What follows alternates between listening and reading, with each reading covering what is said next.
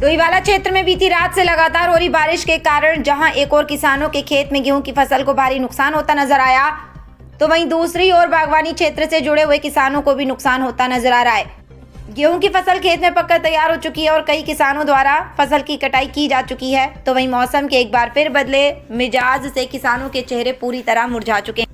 बता दें कि डोईवाला में गन्ना व गेहूं की फसल मुख्य रूप से उगाई जाती है और लगभग 1400 हेक्टेयर में गेहूं की फसल की उपज डोईवाला क्षेत्र में होती है।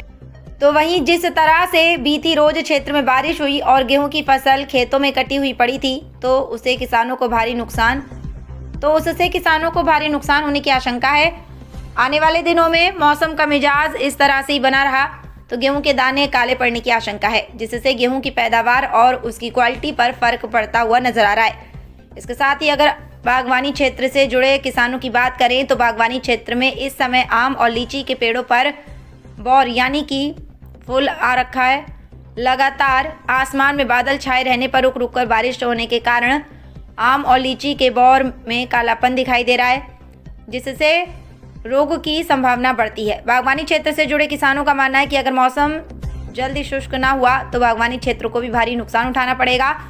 फिलहाल किसानों ने सरकार से गुहार लगाते हुए मांग की है कि उनकी उपज का जो नुकसान हुआ है सरकार इसकी जांच कर उचित मुआवजा देने की कोशिश करे, जिससे कि किसानों को राहत मिल सके और किसान की आजीविका चल सके। डोईवाला से जय कुमार उपाध्याय की खास रिपोर्ट। नुकसान तो भाई बहुत भारी हो रहा है।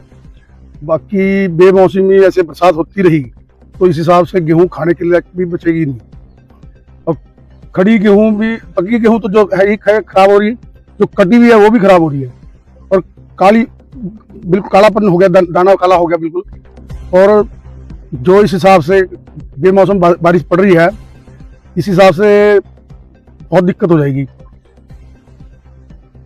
सरकार से तो हम यही चाहते हैं जी कि कुछ मदद की जाए, कोई बारिश का कोई समाधान हो तो वही कोई समाधान हो सकता है, नहीं तो अनाज बचेगा नहीं। इस हिसाब से तो अप्रैल के यही कहेंगे कि सरकार को कुछ किसानों का ध्यान देना चाहिए, किसानों बारे में, तभी किसान कोई फीस वगैरह जमा कर सकता है। ऐसे क्या फसल तो मुश्किल ही है जो बचेगी।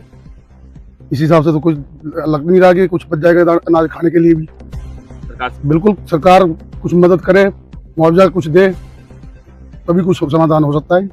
तो बेमौसम बरसात पड़ रही है उसको तो कोई रोक नहीं सकता जी। बाकी जो सरकारें ध्यान नहीं देगी तो किसान मजबूर होकर क्या करेगा, बच्चों की फीस जमा करनी है, कहीं कुछ करना है, कोई कुछ वैसे भी करना है, बच्चे पढ़ाने भी हैं, तो उसके लिए फीस वगैरह देने के लिए क्या करेगा बंदा।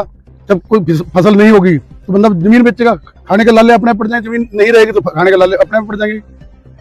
तो इसमें सरकार ध्यान दे तो जमीन बच सकती है, ये सरकार ध्यान नहीं देगी तो जमीन नहीं बचेगी उत्तरांचल में।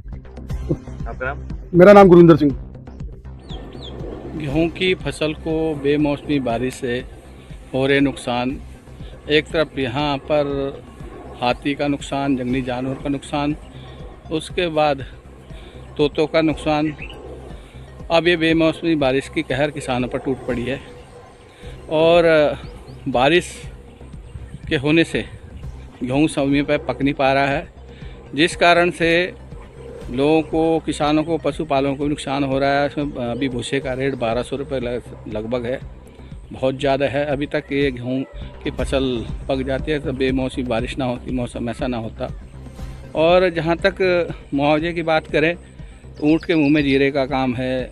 1-1 हज़ार मात्र मुआवजा दिया जाता है किसानों को सरकार की ओर से, और सभी लोगों का बीमा तक नहीं हो पाता प्रचार प्रसार की कमी के कारण। और हम मांग करते हैं कि उचित मुआवजा मिले और जो किसानों की फसल है मौके पर जांच कर जितनी फसल खराब हुई उसको सरकार देखे और समय पर किसानों को उचित मुआवजा मिले।